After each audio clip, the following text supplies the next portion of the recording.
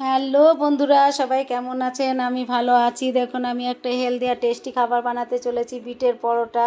তার জন্যে গোটা একটা বিট কুচিয়ে নিয়েছি, আর তার মধ্যে দুটো কাঁচা লঙ্কা আর একটু আদা কুচিয়ে নিয়ে এটা একটা ফাইন পেস্ট বানিয়ে নেব। দেখুন, ফাইন পেস্ট বানিয়ে নিয়েছি। আর এরপরে একটা বাউলে এক বাটি আটা নিয়ে নিয়েছি। পারলে আপনারা ময়দা দিয়েও করতেন, আমি আটা দিয়ে করেছি। তার মধ্যে একটু নুন নিয়ে নিয়েছি স্বাদ মতো, আর 1 চামচ মতো ঘি নিয়ে নেব। আর যে পেস্টটা বানিয়ে রেখেছিলাম ওই পেস্টটা অল্প অল্প করে দিয়ে ভালো করে আটাটাকে মেখে নেবার পরে একটা ডো বানিয়ে নেব। আর এই ডোটাকে সাইডে রেখে এর জন্য একটা পুর বানাবো। যার জন্য লাগছে কি দেখুন, একটা বাটিতে একটা বাটিতে লাগছে একটা গোটা বড় সাইজের পেঁয়াজ কুচোনো, আর তার মধ্যে লাগছে লঙ্কা কুচি আর ধনেপাতা কুচি, আর স্বাদ মতো একটু নুন দিয়ে দেবো।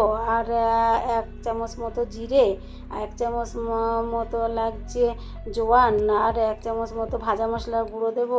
আর একটু লেবু রস দিয়ে ভালো করে এটাকে মেখে নেব।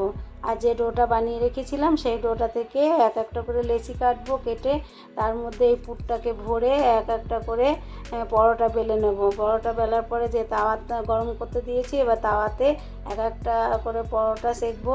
আর দেখুন, পরোটাগুলোর কালার খুব সুন্দর হয় আর খেতেও খুব ভালো। পারলে আপনারা অবশ্যই বাড়িতে ট্রাই করবেন, এবং বাচ্চারা বড়রা সবাই খেতে পারে। খেতে খুব টেস্টি হয় আর কালারটাও খুব সুন্দর হয়, দেখতেও ভালো, খেতেও ভালো।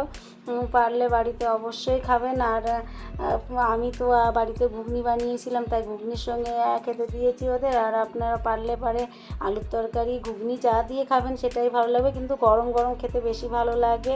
আর প্রথম থেকে লাস্ট অবধি ভিডিওটা দেখে যদি আপনাদের ভালো লেগে থাকে অবশ্যই লাইক করবেন, শেয়ার করবেন। আর যারা আমার নতুন চ্যানেলে নতুন তারা অবশ্যই ওই একটা সাবস্ক্রাইব করবেন।